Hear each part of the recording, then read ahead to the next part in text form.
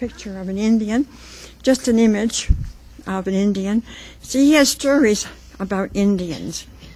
The next map shows a map here of Marlborough.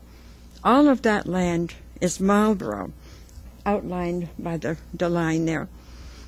And Sudbury was called Sudbury Plantation, decreed by the land court in Boston that somebody would own all that land in Sudbury Plantation. But they ran out of space for all their children, and grandchildren wanted farms. They wanted more land.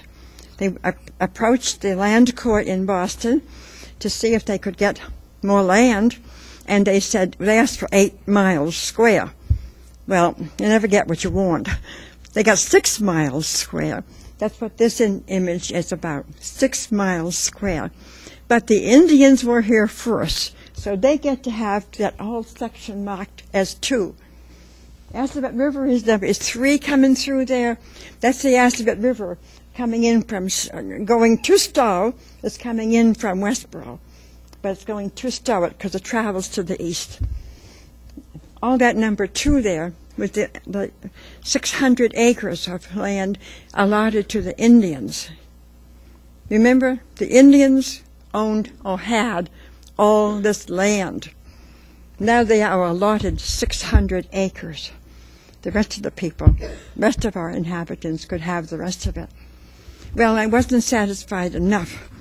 Those Puritans, those patriots, those Feltonville people decided to build their city hall, which wasn't a city, but their town meeting at number 1 in the Indian Territory.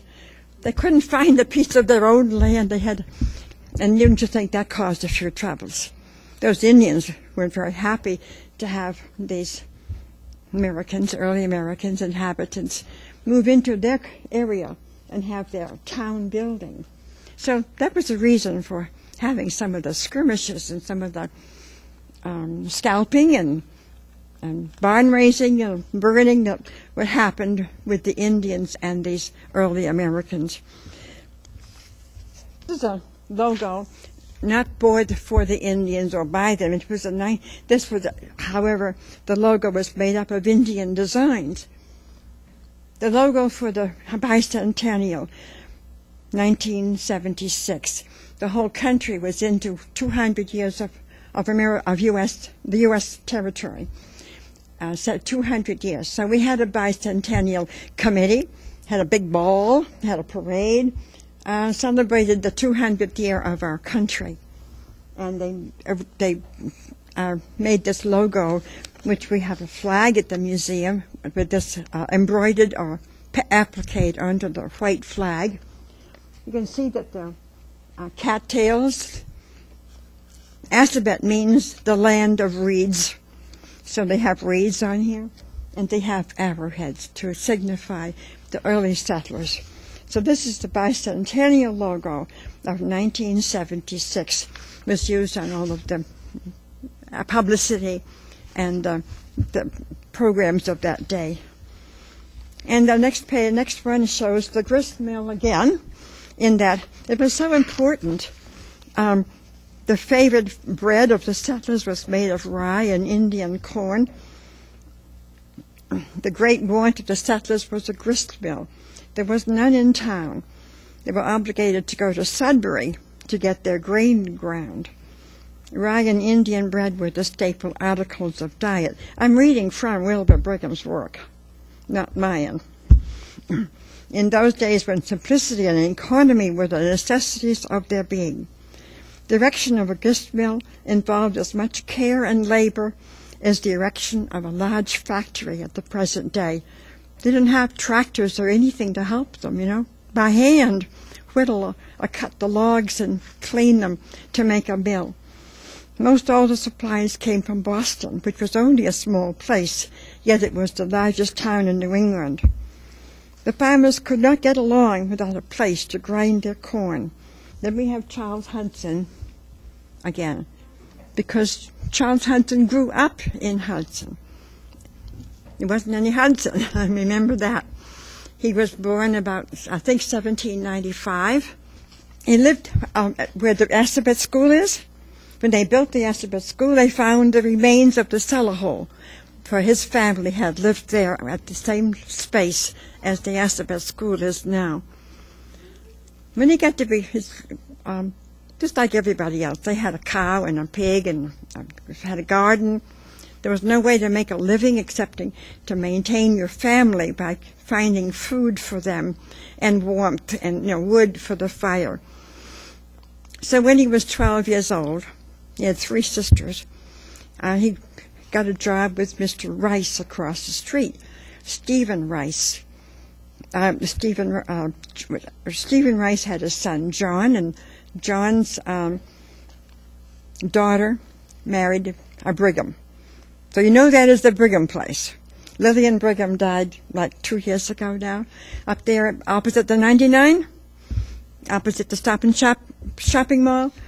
That's where Stephen Rice lived. And that's where Charles Hudson found a job. At 12 years old, his father didn't need him because he had a small garden and he had the 3 daughters.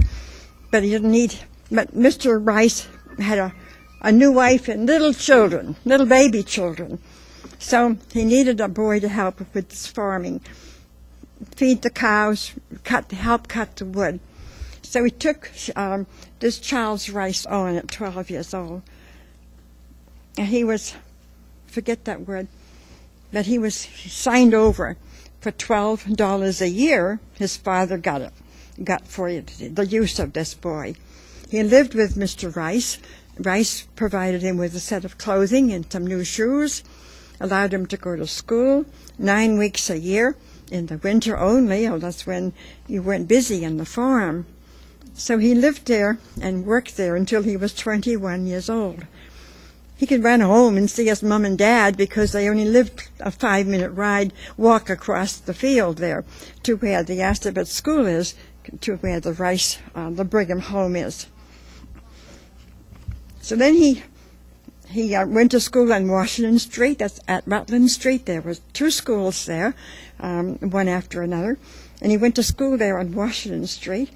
He attended the school 9 weeks a year. That's all the schooling that he got, or that's all most kids got. And he played up on Pope's Hill.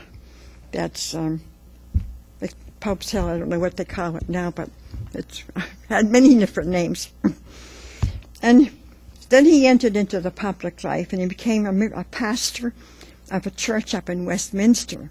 And that's when he wrote the history. After he lived there for 20 years, he wrote the history of Westminster. He served in the state senate. He established the boundary between Canada and the United States.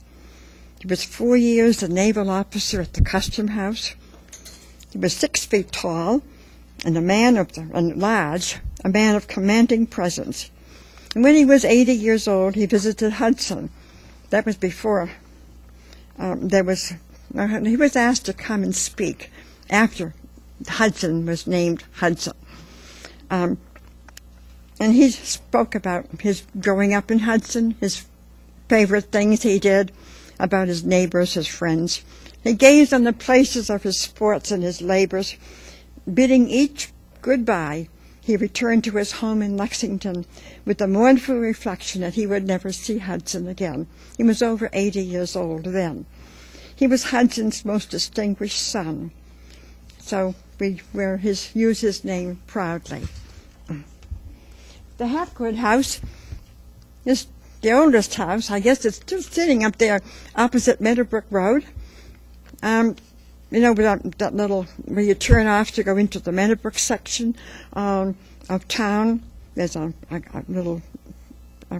pillars, a garden plaque there where they would put flowers into.